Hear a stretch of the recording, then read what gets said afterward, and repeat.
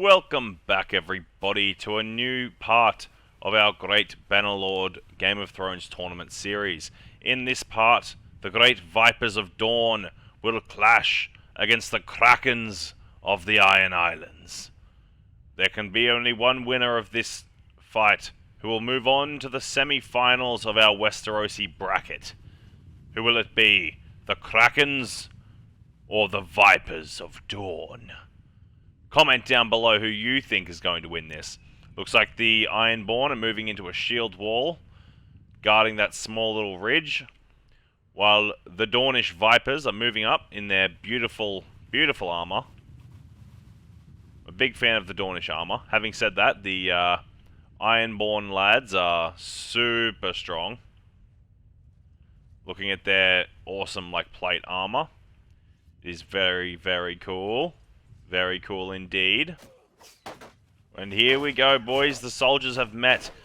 The Vipers of Dawn coming in on the flank of their enemy, throwing their javelins, trying to wear them down, while the great Greyjoy warriors are simply holding their shield wall on this ridge.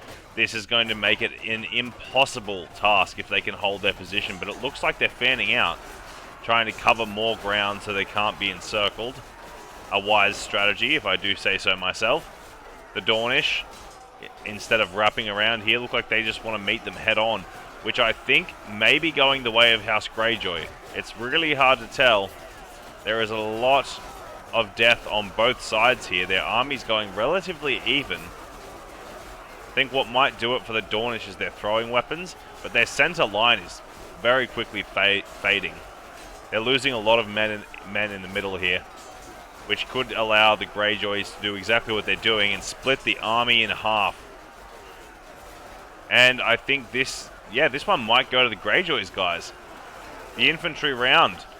The Greyjoy infantry just proving too much. Their axes chewing through the heavy armor of the House Dane is the sigil we've got here. The Danish warriors being very quickly crushed by the superior Krakens of the Iron Islands. Same on this flank. They split them up and they are smashing them. Divide and conquer style. I like to see it. Very, very good strategy by the AI of the Iron Islands. Still holding their shield wall, making the absolute best use of their formation. And it looks like they have officially broken the enemy. A measly 12 men remain to go and tell Prince Doran what happened, and how they were bested, and their lands are now threatened, as the Greyjoys are free to roam the desert. Let's move on to the archery round, shall we? Alright, men, here we go. We have 500 Dornish Master Archers, with their beefy looking armor, marching against 500 veteran archers of House Greyjoy. The great Krakens moving to crush their foes. Both forces charging forward unrelentlessly. Oh, looks like the Greyjoys are ready to open fire. Looks like the Dornish are trying to just run at them before firing. Maybe a range advantage, but I don't think so. I think the AI for the Dornishmen have committed to forming a formation right here, which could work out for them. If they can actually kite the enemy here, they'll be able to inflict a lot of casualties just because of how clumped up the Greyjoy warriors are. And it does appear to be working for them. They are getting a lot of kills. Although, look at this man. He's in here just punching dudes. And he's down. But he ran in there punching dudes like a true man of the Iron Islands. What is dead may never die. Having said that, there is a lot of dead boys. These guys are just getting straight up. Oh my god! Straight up destroyed. Like, they're getting into melee over here, which might bring the battle back in their favor if they can have a melee battle against these archers, but I don't see them winning the archery battle with how many losses they've sustained on the approach. the Dornish warriors are quite spread out, so if they can actually like force their way along these lines, they might be able to kill them off. These boys over here is getting riddled with arrows while they're trying to fight in melee though, so they're just getting crushed. Luckily the forces on this side do have their flank secured by the little mountain here. We've got Balon Greyjoy here, riding in to do his part. Not sure where Edric Dane is, but he's somewhere around here. Unless he already fell. Entirely possible. It's an archery battle. He could have just been sniped. Oh, no. Dane must be dead. I see a retreating Balon. And that looks like a victory for the Dornish. We're tied up 1-for-1, boys. These guys are definitely bringing it a lot closer than the Baratheons and the Lannisters did. Damn. Victory for the Dornish. This man just chasing down those last kills. Alright, let's move on to the cavalry round, guys, and find out who our next semi-finalist is. Alright, boys.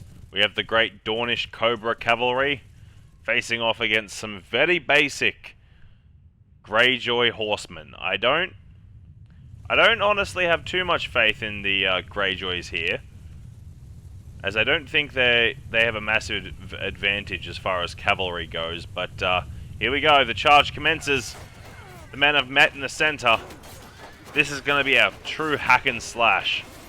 I think the best possible way this fight ends is with the Greyjoy army blocking them up and hacking them to pieces with their axes. If they can hold them here and get a good flank, they might do a lot of damage. Having said that, they are getting hard flanked by the forces of Dorne over here.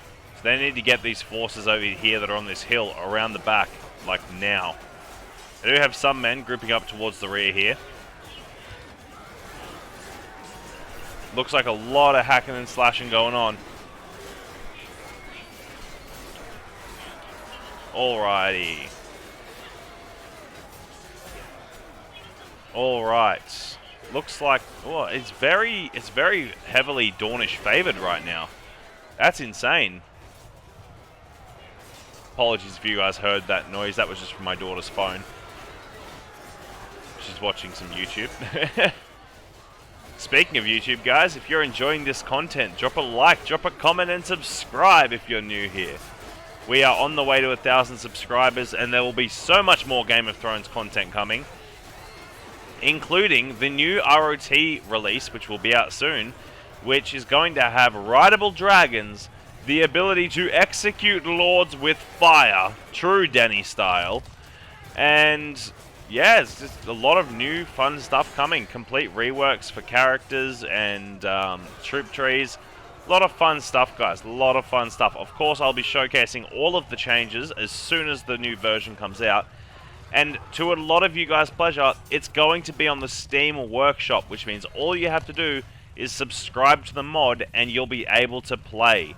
No more struggling with your manual installs or with the glitchiness that is Vortex, which I don't recommend using ever, by the way, for Bannerlord modding. It's honestly terrible. But yeah, get on in there, guys. Once the new version comes out, you'll all be able to play along with me. And I'd love to hear about your playthroughs in the comments. Let me know who you plan on playing when the new release comes out. And it looks like the victors are the Dornish. They will be progressing. Let's head over to the tournament screen and make it official. Alright everybody, here we are on the tournament screen. And it looks like with that, the Dornishmen will be moving in to face off against House Baratheon in the semi-final match. That should be interesting. The Stag versus the Viper. Tune in for the next episode, guys. Bye for now. Not forever.